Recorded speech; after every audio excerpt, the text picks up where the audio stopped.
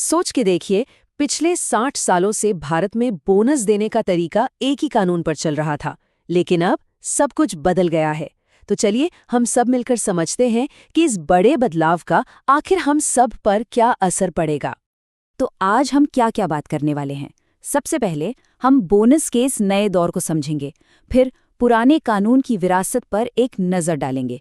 उसके बाद नए कोड में जो खास बदलाव हुए हैं उन पर गौर करेंगे। एक बहुत ही अहम अदालती फैसला है, उसकी भी बात होगी। और आखिर में सबसे ज़रूरी, 2026 के इस ट्रांजिशन के लिए तैयार कैसे रहना। तो बात है साल 2025 के आखिर की। जैसे ही साल खत्म हो रहा था, भारत में एम्प्लॉय बोनस का पूरा सिस्टम ही बदल गया।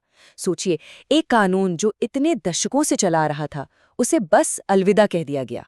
जरा सोचिए, एक कानून जो पूरे 60 साल तक चला, मतलब शायद हमारे दादा दादी के ज़माने से, उससे आखिरकार 21 नवंबर 2025 को ख़त्म कर दिया गया। जी हाँ, पेमेंट ऑफ बोनस एक्ट 1965 अब बस इतिहास का हिस्सा है, सही मायनों में एक युग का अंत।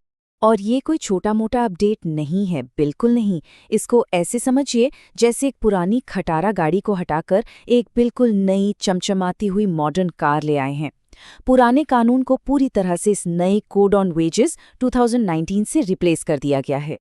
तो सबसे बड़ा सवाल, आखिर इस बड़े कानूनी बदलाव का मतलब क्या है एम्प्लॉयज और एम्प्लॉयर्स यानी कि कंपनियों के लिए डेली लाइफ में अब क्या बदलने वाला है।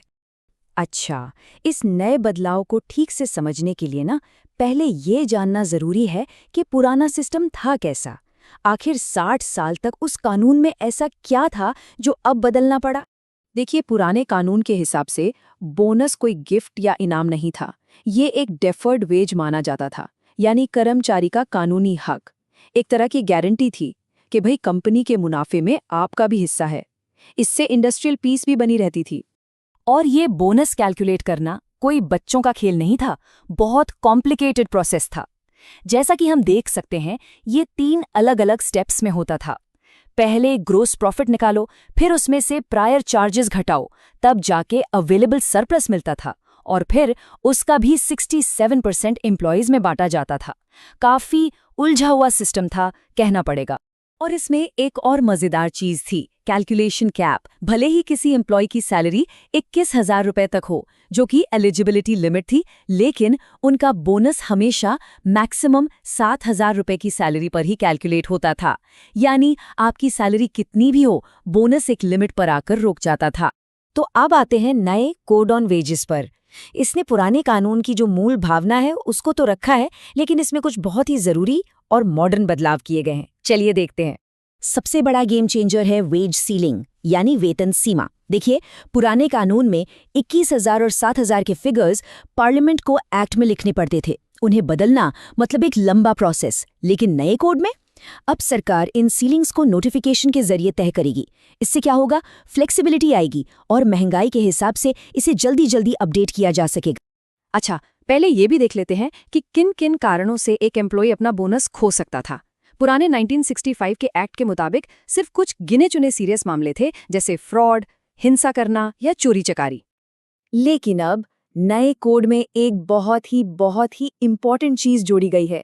अब इन सब के अलावा अगर किसी कर्मचारी को यौन उत्पीड़न यानी सेक्सुअल हैरेसमेंट का दोषी पाया जाता है, तो वो भी अपना बोनस खो देगा। ये वर्कप्लेस को सेफ बनाने की दिशा में एक जबरदस्त कदम है। और हाँ, अब सब कुछ डिजिटल हो रहा है। नया कानून डिजिटल कंप्लायंस पर बहुत जोर देता है। मतलब अब यूनिफाइड रजिस्टर्स होंगे और इंस्पेक्शन भी फेसलेस, वेब बेस्ड हो सकते हैं। इससे कागजी कार्रवाई कम होगी और कंपनियों के लिए कंप्लायंस आसान हो जाएगा। अब एक बहुत ही दिलचस्प बात, ये पुराना कानून खत्म होता उससे अचानक ठीक पहले सुप्रीम कोर्ट का एक ऐसा फैसला आया जिसने आने वाले समय के लिए एक मिसाल कायम कर दी। ये फैसला हमें इशारा देता है कि नए कानून को किस नज़र से देखा जाएगा। ये मामला था वर्थ ट्रस्ट का।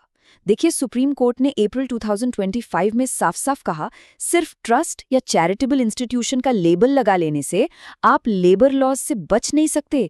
अगर आप कमर्शियल काम कर रहे हैं, मतलब नाम से क्या होता है, काम देखा जाएगा।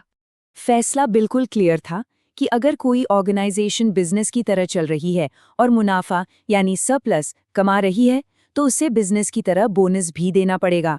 आप ये नहीं कह सकते कि हम एक्स ग्रेशिया या गिफ्ट दे रहे हैं और कानूनी बोनस से बच जाएं। जो अनिवार्य है वो तो देना ही पड़ेगा। तो इसका असर सीधा सीधा एनजीओ और ट्रस्ट्स पर पड़ता है। अगर वो कोई भी कमर्शियल एक्टिविटी कर रहे हैं, जैसे वर्कशॉप्स, स्कूल्स या हॉस्पिटल्स चला रहे हैं और सरप्लस जनरेट कर रहे हैं, तो उन्हें बोनस लायबिलिटी के लिए तैयार रहना होगा। नए कोड में भी यही सब्सटेंस ओवर फॉर्म का सिद्धांत, यानी नाम नहीं काम देखो वाला प्रिंसिपल लागू होगा। तो अब आते हैं सबसे प्रैक्टिकल सवाल पर। अब जब हम 2026 में हैं, तो इन नए नियमों का पालन करने की आखिर करना क्या है? एक एक्शन प्लान देखते हैं। ये केवल एकदम क्रिस्टल क्लियर समरी देती है। देखिए, पुराना कानून रिपील हो चुका है, नया ऑपरेशनल है। वेज सीलिंग्स फिक्स्ड से फ्लेक्सिबल हो गई हैं।